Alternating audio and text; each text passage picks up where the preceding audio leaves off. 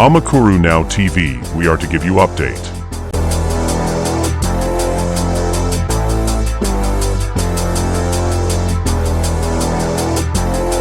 Twanje kwasuza kunze mudukwete ku mujyi wa YouTube erekanizere ko meze neza cyane bibayita Amakuru Now TV. Nge nitwa Fisa da Silva bari muri studio za Fisa Beauty Entertainment. Nkuko mumaze kubimenyera aka kanya tugarutse ku makuru agezweho kano kanya update. Bivuze ngo rero niba uri mushyashya kuri no YouTube channel wibuke gukora subscribe kugira ngo ujye ubasha kumenya amakuru agezweho kandi ku gihe. Wibuke gufungura kunzogera cyangwa se kuri bell kugira ngo ujye uhabwa notification igihe cyose tuyise dushyiraho amakuru. Ukande like na share na comment kugira ngo ibintu birusheho kugenda neza cyane like kuri buri video yose uba umaze kureba. Reka rero nkugezeho ingingo z'ingenzi z'amakuru tugiye kuba twakibanda muri aka kanya. Turaza kubabwira ko urubanza rwa Semuhungu hari ibintu bishyashya byongewemo ndetse hari amakuru ari kugenda agarukwaho n'abatari bakeya kuri runo rubanza rwa Semuhungu rwatumye Semuhungu ajuririra icyemezo yari yafatiwe n'urukiko. Turaza kubinonosora tumenye neza impamvu y'ibi byose, tumenye uko byaje gucibwa cyangwa se umwanzuro urukiko rwahaye uno Semuhungu ku bujurire yari yatanze. Turaza kuba twababwira ko muri Uganda rero abantu batatu bapfuye bagonganye n'inzovu. Turaza kuba twamenya byinshi kuri no nkuru. Ese bari hehe, bahuriye he n'inzovu, ese abandi byagenze bite? Uze gukurikira ano makuru paka arangiye ibintu birusheho kugenda neza cyane. Turaza kuba twanababwira kandi ko RIB yamaze kuvuga ko yakiriye ibirego bisaga 4,100 by'abana b'abakobwa basambanyijwe mu mwaka wa 2025. Tuguhaye ikaze rero muri aya makuru mugiye kugezwaho na n'itimu ngari ya Fisa Beauty Entertainment. Muri studio muri kumwe na Fisa da Silva. Mwibutsa ko niba uri mushyashya kuri no YouTube yitwa Amakuru Now TV, wibuke gukora subscribe kugira ngo ujye ubasha kumenya amakuru yose atuba twashyizeho. Wibuke gukana no kunzogera cyangwa gushyira ku nzogera ibintu birushaho kugenda neza cyane. Ukande like kuri no video cyangwa se n'indi video yose urasanga kuri no YouTube kugira ngo ibintu birushaho kuba bombo shokora. Hanyuma ukande share na comment ibintu birushaho kugenda neza cyane. Tuwongeye kubaha ikaze rero mu buryo burambuye. Amakuru yacu tugiye kuba twahera kuri aya ngaya ya RIB rero ikaba yatangaje ko yakiriye ibirego bisaga 4,100. RIB yatangaje ko yakiriye ibirego bisaga 4,100 by'abana b'abakobwa basambanyijwe mu mwaka wa 2025. Urwego rw'ubugenzacyaha RIB rwatangaje ko mu mwaka wa 2025 rwakiriye ibirego 4,100 by'abana b'abakobwa basambanyijwe batarageza imyaka y'ubukure. Ibi rero byagarutsweho ku itariki 25 Gicurasi 2026 mu kiganiro cyateguwe na Minisiteri y'Uburinganire n'Iterambere ry'Umuryango Mijeprofe ku bufatanye n'urwego rw'igihugu rw'ubugenzacyaha RIB.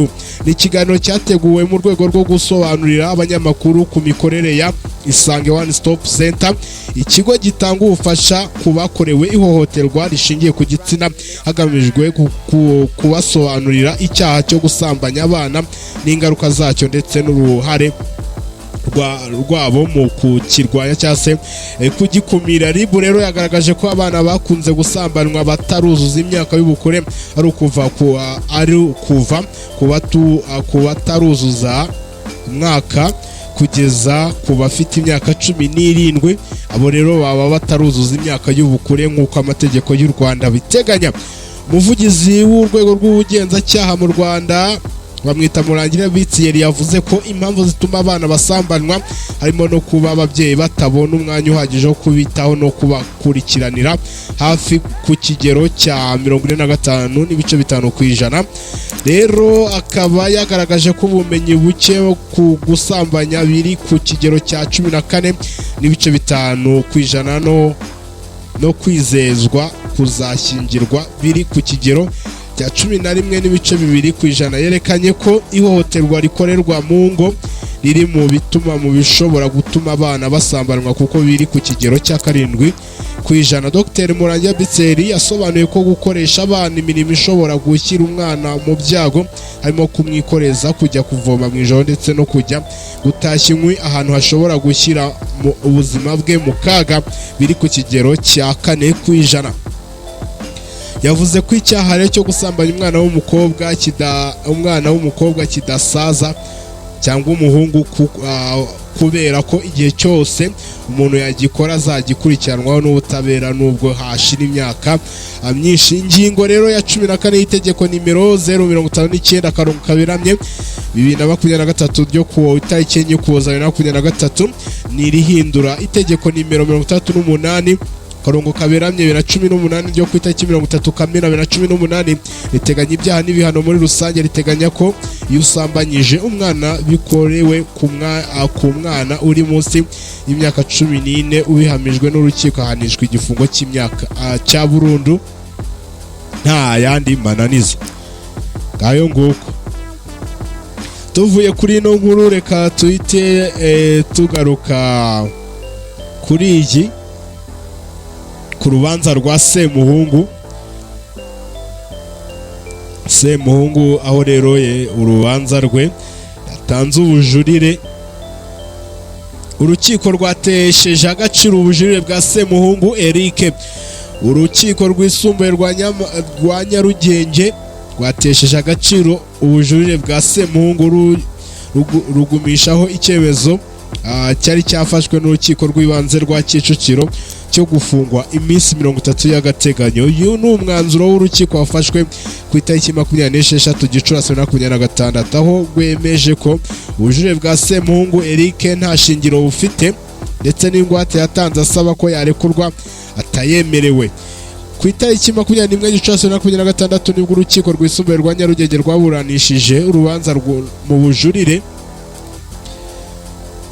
rero kwifungwa n'ifungurwa ry'agateganyo rya Semuhungu Eric. Ni urubanza rwashyizwe mu muhezo bitewe n'uko ibivugirwamo biri ibinyuranyije n'imyitwarire mbonezabupfura no kuba uregwa yagondwa no kuburanira mu ruhame. Ni nyuma y'uko Semuhungu watawe muri yombi ku itariki 9 Mata 2026 ku itariki 4 Gicurasi 2026 urukiko rw'ibanze rwa Kicukiro rwari rwanzuye ko akomeza gukurikiranwa afunze mu minsi 30 y'agateganyo. Icyakora aza kujurira kino cyemezo. Hanyuma rero ibyaha byabonewe ibimenyetso bifatika bituma Semuhungu Eric akomeza kubikurikiranwa afunze n'icyo gukoresha undi mibonano mpuzabitsina ku gahato n'icyo gusakaza amashusho yerekeranye n'imikoreshereze y'ibitsina mu gihe cyo gukangisha gusebanya cyo cyaburiwe ibimenyetso byatumye akomeza gukurikiranwaho cyita gikurwaho. Hanyuma rero tuvuye kuri ino nkuru, reka tuhite tugaruka kuri ino nkuru yo muri Repubulika Iharanira Demokarasi ya Kongo aho rero abarenga 20 bikekwa ko banduye Ebola bamaze gutoroka ibitaro. Rero ibitero bibiri byagabwe ku bitaro bivurirwamo abanduye icyorezo cya Ebola n'abakekwaho kucyandura mu ntara ya Ituri mu burasirazuba bwa Repubulika Iharanira Demokarasi ya Kongo mu cyumweru gishize byatumye abarwayi 24 bahunga. Iki gitero rero cya mbere cyagabwe ku bitaro bikuru bya Rwampara tariki 21 Gicurasi 2026 aho abaturage bashakaga gutwara ku ngufu umurambo w'umuntu wabo kugira ngo bawushyingure kandi byerekwa rero kandi byaragaragara ko yanduye iki cyorezo cya Covid. Babonye ibitaro bibimye uwo muntu rero bateza imvururu, batwika amahema avurirwamo abarwayi, ibitanda bangiza n'imodoka zirimo imbangukiragutabara. Izi mvururu zatumye abarwayi 6 bavurirwaga muri ibi bitaro barimo 3 byari byemejwe ko barwaye Ebola batoroka bahungira mu baturage. Gusa leta ya Repubulika ya Demokarasi ya Kongo yatangaje ko nyuma baje gusubizwa mu bitaro. Kugira ngo imvururu zihagarare ku bitaro bya Rwampara byasabye ko hoherezwa polisi barasa mu kirere guhera ubwo umutekano waho urongera uragaruka. Izi mvururu zatumye ubuyobozi bw'intara ya Ituri bufata ingamba zikomeye zo gukumira iki cyorezo, zirimo kubuza abaturage gukora ikiriyo no guhagarika ibikorwa bya siporo rusange nk'umupira w'amaguru. Mu ijoro ryo ku itariki 22 rishyira itariki 23 Gicurasi, abataramenyekana bateye ibitaro bikuru bya Mugobwuko, batwika ihema rishyirwamo abakekwaho Ebola. Abarwayi 18 bikekwa ko banduye Ebola bahita batoroka. Mongobwuru ifatwa nk'izingiro rya Ebola mu burasirazuba bwa Repubulika ya Demokarasi ya Kongo. Nicyo gice cyagaragayemo abarwayi benshi b'iki cyorezo. Muri 930 bikekwa ko banduye ikino cyorezo cya Ebola kugeza ku itariki 24 Gicurasi 2026. 339 nibo nabo muri kariya gace ka Mugobwuru.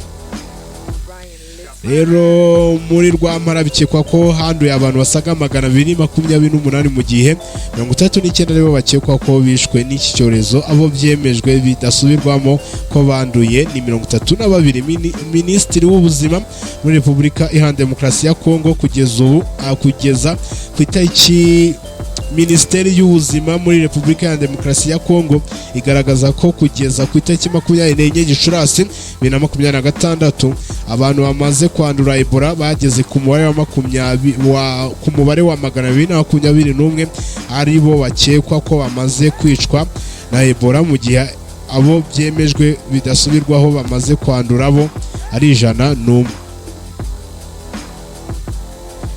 Tuvuye rero muri Repubulika ya Demokarasi ya Kongo, reka amakuru yacu tuyasoreze mu gihugu cya Uganda, aho rero muri Uganda 3 bapfuye kubera inzovu. Aho rero abantu 3 bapfuye muri Uganda nyuma y'uko bagonganye n'inzovu.